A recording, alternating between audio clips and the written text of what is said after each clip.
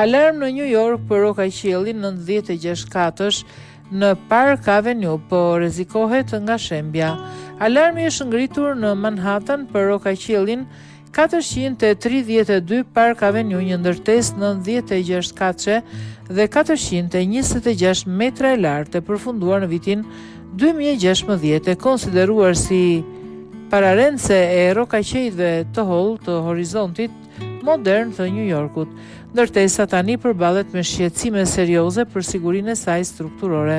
Sipas inxhinierëve të pavarur dhe dokumentave gjyqësor të shqyrtuara nga The New York Times, ndërtesa paraqitet qindra çari dhe zona me beton të munguar në fasadën mbajtëse, shenja të një stresi shumë më të madh se sa ishte parashikuar gjatë ndërtimit. Kryesisht fajsohen faktorët natyralë si era dhe uji.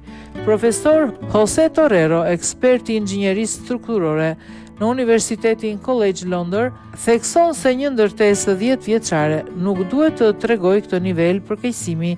Ai shton se çdo aspekt i 432 Park Avenue dhe dizajni i jashtëm, te hollësia dhe lartësia ekstreme është shtyrë në kufit e lejuar.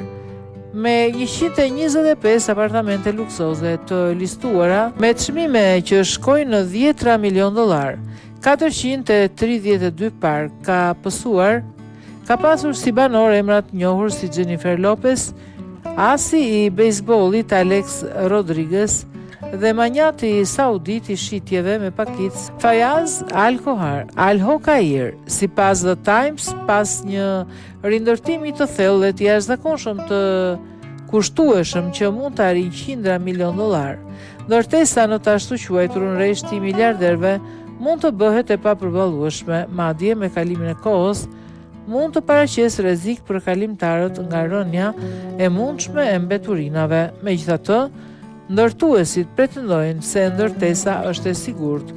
Problemet vazhdojnë.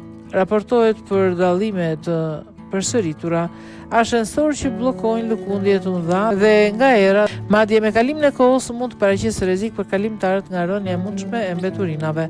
Megjithatë, ndërtuesit pretendojnë se ndërtesa është e sigurt. Problemet vazhdojnë. Raportohet për dëmtime të përsëritura, ascensor që bllokohen, lëkundje të mëdha nga era dhe infiltrime lagështie. Ndërkohë, mosmarrëveshjet ligjore midis banorëve dhe kompanisë ndërtuese thuhet se po pengojnë ndërhyrjet e nevojshme strukturore.